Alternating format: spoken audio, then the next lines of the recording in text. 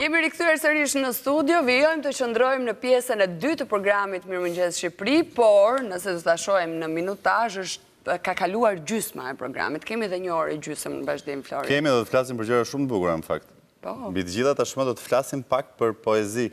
Bëhet fjalë pikërisht për librin, edhe është i dyti në radhë i cili është botuar, Love Song 2 quhet, dhe të ftuar në studio të kemi shkrimtarin frankofon Skënder Sherifi, i cili vjen për herë të parë në studion e Mirëmëngjes Shqipëri për ta folur pikërisht për librin e tij dhe i themi mirëmëngjes së bashku. Mirëmëngjes, mirë se erdhët. Bonjour, mon cher ami, comment ça va? Bonjour, mon ami.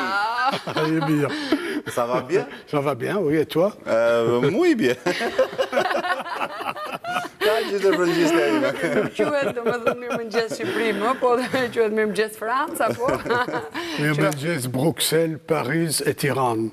Faleminderit shumë që keni ardhur. Faleminderit, Spinus. Ndërkohë, zoti Sherifi sigurisht që besoj nuk është i pari, sepse duket që është vëllimi i dytë, Love Song 2, do të thotë që sa libra ju keni në, po themi, në repertorin tuaj si shkrimtar? Po i kam një 10 libra fersisht, të botume, frëngjisht, 6-7 në Shqip. Vjet erdha me librin Love Songs ni, tamam i vit, Kjo është volumi i dytë, i dedikuar normalisht për këngën shqiptare, elitare, me përmbajtje, me tekst. I thash veti mungonte për mua, mungonte në botën shqiptare, një repertor i tipit Bob Dylanit, Leonard Cohenit, Jacques Brelit, tipa si vinë me një botyne poetike të konsolidume, po e transpozume në këngën muzikë. E të ne mungonte, se thash veti, kusho këtu këngëtar, poet, si Coheni, nuk njo. E thash ti propozoj këto 100 tekste këtu, edhe 100 love songs ni. Në më thanë, janë potencialisht, janë 200 tekste originale që mund të adaptohen në këngën muzikë, nëse dikush i merë përsipri edhe thot ta kryoj një repertor kështu të pasun edhe të konsolidum, se e kom konstatuar që këtu nuk i kushtojnë shumë rëndësi parullave, është ma shumë ritmi, ambienti, bum, bum, bum. Dhe Sherifi, ju e dini se si është ka të ndisur kënga shqiptare, dhe më shumë dëgjojmë nota muzikore dhe në një nga mezi? Ajo është, pikrisht ajo. Duket sikur ka një problem me muzikën shqiptare, apo jo? Dhe më të referuar edhe kulturës ju keni marrë tashmë në vendin ku jetoni, me muzikën franceze, e tjera me radhë. Duket, e shikoni një lloj problematike të caktuar? Vërtet, Flori, si e tha ti, bam, bum, bum, do të thonë janë ritme diskotekash, për nuk janë këngë. Kur je ka valzo, je okej, se je në atë kontekst, edhe je aty me valzo, e mund knaq, edhe aty duhen ritme të hiteve amerikane, po ato nuk mahen men. Ti do të majsh men një këngë të Edith Piafit, Charles Aznavourit, Stingut, Bob Dylanit. Të kujtosh për shumë La Bohème, Charles Aznavour. Këngë ikonike, po patjetër. Këto hitet industriale amerikane. E dëgjon një moment tunë të kokën dhe haron të nesër. Pra do të thotë që libri juaj përmban tekste dashurie, dashuri, romantizëm, sentimentalizëm, pasion, kjo tema e librit, edhe ideja ishte që të gelet në këngë si La Bohème, si tha Flori, po shqip, me një interpret shqiptar, një muzikë shqiptar. Çfarë ju ka frymëzuar ju për të shkruar pikërisht këto tekste këngësh? Janë tekste të shkruara me një frym, apo është një punë e përmbledhur gjatë viteve? Jo, është një punë, në realitet, Flori, i kom pashkruar 5 vit me radhë, 500 tekste franceze për këngën dhe muzikën frankofone, në frëngjisht. Ka 100 tekste në vit. I thash veti, me ja propozu e botës frankofone 500 tekste originale për këngë, me qenë se unë jam shqiptar me origjinë dhe e du origjinën tim, është një besnikri spontane që më lidhë me origjinën.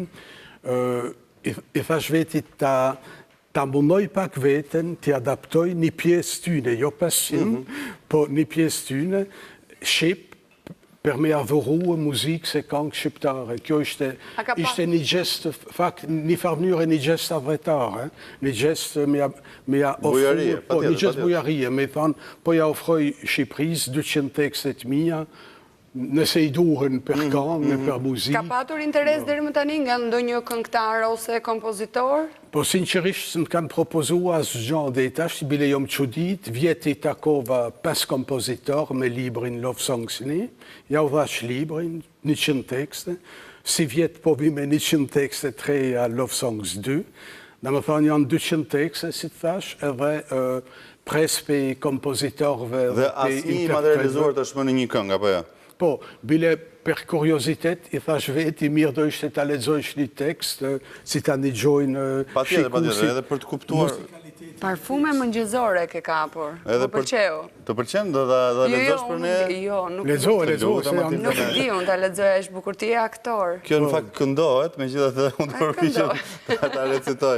Janë tekste romantike, duhet me i lezu. Pra, është momentin që partneri im në krim në Mirëmëngjes Shqipëri e lexon edhe unë e shijoj. Po, okej, ta lexon ty atë. Patjetër, këtë këngë po ta dedikoj ty, Matilda, edhe humorit tënd mëngjesor që na karakterizon çdo mëngjes.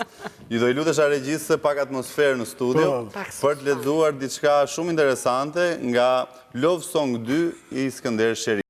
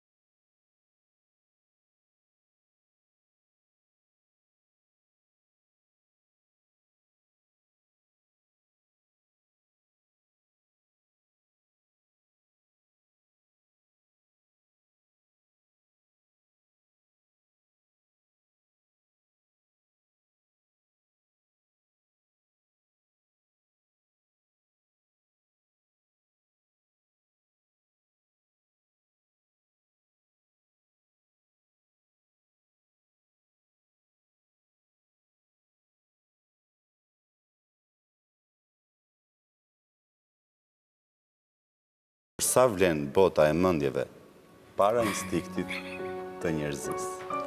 Ky është maksimumi që mund bëja zotë Sherifi, u përpoqja shumë e kisha materiala prima vista. Ke merituar kafe ekspres. Vërtet? Edhe uj pagat? Jo, ta dija që kishim shpërblim kafe në kështë lexu vetë. Shke e mësit të dhe Ishte perlë. Shumë tekst. Jo, vërtet nuk mund t'ja jepja unë. A kishte dalë mirë me kënu, me një interpret? Do kishim pyetur këto njerëzit kompetent për ta kënduar, megjithatë ne nuk marrim vesh nga muzika.